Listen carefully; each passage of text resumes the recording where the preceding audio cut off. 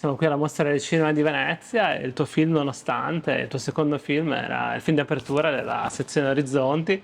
Volevo sapere un po' come ti è venuta l'idea per questo film e poi di cosa parla, perché ancora tutti lo devono vedere. L'idea era quella di raccontare come avevamo fatto insieme allo sceneggiatore con cui ho lavorato, Enrico Audenino, nel primo film, di raccontare una piccola storia che però trattasse un tema enorme. E se nel primo film, che era Ride, avevamo affrontato il tema del dolore, di come viverlo in quest'epoca in cui se non condividi il lutto è come se non soffrissi, è come se non avessi il diritto di soffrire. E qui abbiamo cercato di raccontare le difficoltà che le persone hanno nel farsi attraversare dall'amore, dall'innamoramento, quanta paura fa l'amore e quanto poco coraggio si mette per non affrontarlo e abbandonarsi a un incontro con qualcuno. E quindi la storia d'amore è il tema portante, diciamo, di questo film. Ne hanno fatte tante di meravigliose, quindi farne un'altra era inutile sicuramente, ma anche una sfida molto difficile che, per complicarcela un po', abbiamo anche inserito questa storia in un contesto molto particolare, perché si svolge in un ospedale dove i pazienti protagonisti di questa storia sono pazienti speciali che sono fermi in un letto in un coma che non è un coma, insomma il coma è preso come pretesto per raccontare l'immobilità delle persone, no? Le persone che non sono perse e ferme nella propria routine emotiva, pratica, e quando però queste persone per caso si incontrano e nasce qualcosa, lì devono fare delle scelte. È un film sulla vita, quando parli della vita devi fare i conti pure col concetto della morte, e quindi c'è un po' tutto, ci sono un po' di tantissimi temi, tante contraddizioni, pieno di paradossi. La sfida più grande, diciamo, è stato mettere tutto insieme e cercare di far arrivare un'emozione a chi guarda. Questa volta rispetto a Rido ti sei sentito più regista, il gestire la troupe, ma anche te stesso questa volta, perché sei il protagonista del film. No, non è stata la seconda esperienza che non mi sono sentito più regista della prima. Non credo mi ci sentirò mai, come poi anche ogni lavoro d'attore è sempre molto a sé. Chiaro che il mestiere lo impari, però quello che fai è sempre diverso, quindi devi cercare il linguaggio, la cifra delle cose. Qui ho fatto anche l'attore e temevo molto questo doppio ruolo, invece poi scegliendo le persone giuste sono andato abbastanza tranquillo, a parte la fase montaggio in cui ho avuto dei problemi perché avevo la mia faccia quotidianamente davanti, e è stata una difficile accettazione di sé, diciamo. A me sono piaciuti anche diversi gesti tecnici.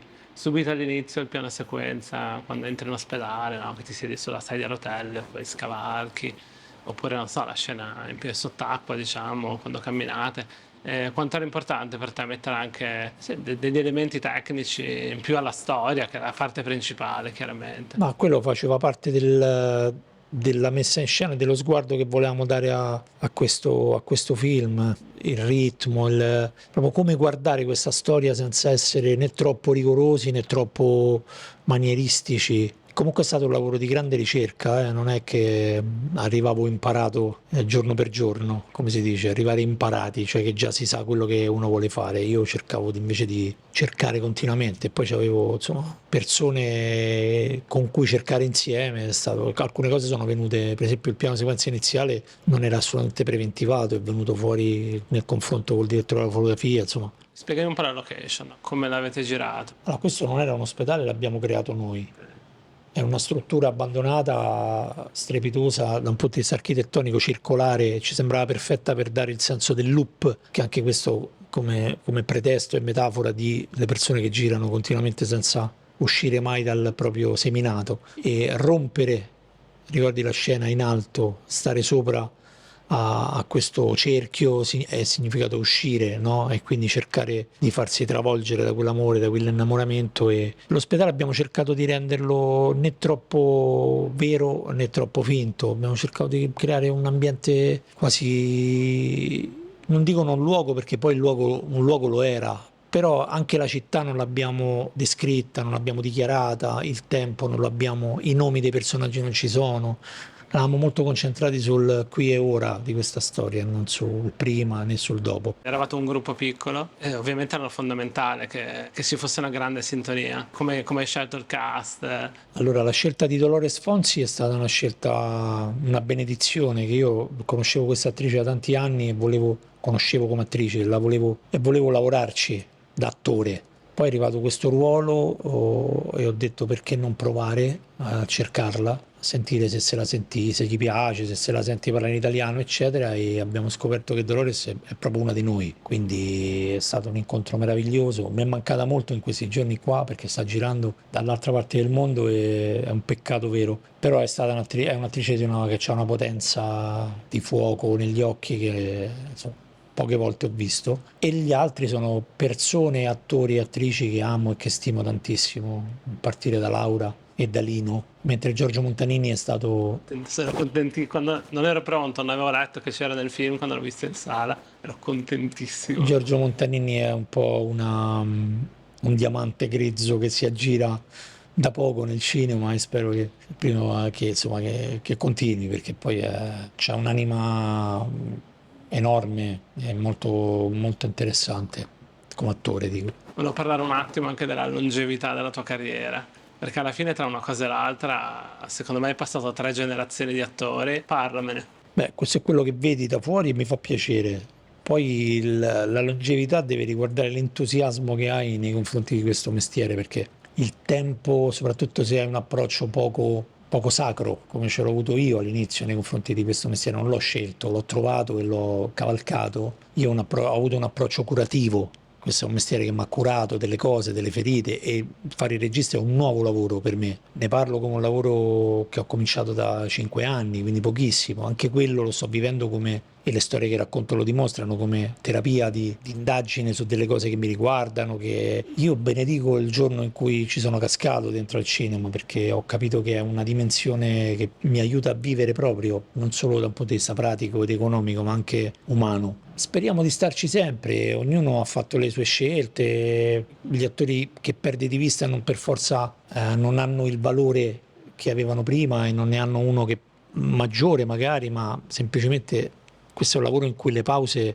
a volte te le impongono, a volte le scegli, no? Io, insomma, nel voler continuare a fare il regista so che dovrò rinunciare a una continuità attoriale, diciamo, diversa, però è talmente più importante in questo momento della mia vita fare regia, quindi concepire storie, raccontarle, che secondo me adesso la longevità di cui parli finirà. Velocissimo, solo hai aperto la sezione Orizzonti, quanto è importante per te essere il film di apertura nelle 2 sezioni principali della mostra e quanto è importante Venezia per te e per il cinema italiano. Guarda, io sono molto legato a Venezia perché ho cominciato a venire qui da piccolo proprio. Quindi io e i concierge siamo cresciuti insieme, i concierge degli alberghi. Io sono venuto a 26 anni, qua ce n'ho 52, quindi esattamente la metà. Cioè 26 anni fa sono venuto qua per la prima volta, quindi sono stato qui come attore, come produttore, come giurato, come regista adesso ed è sempre una grande emozione. Ieri, devo dire, la proiezione di ieri è stata veramente un momento molto molto molto bello, sono felice di essere venuto.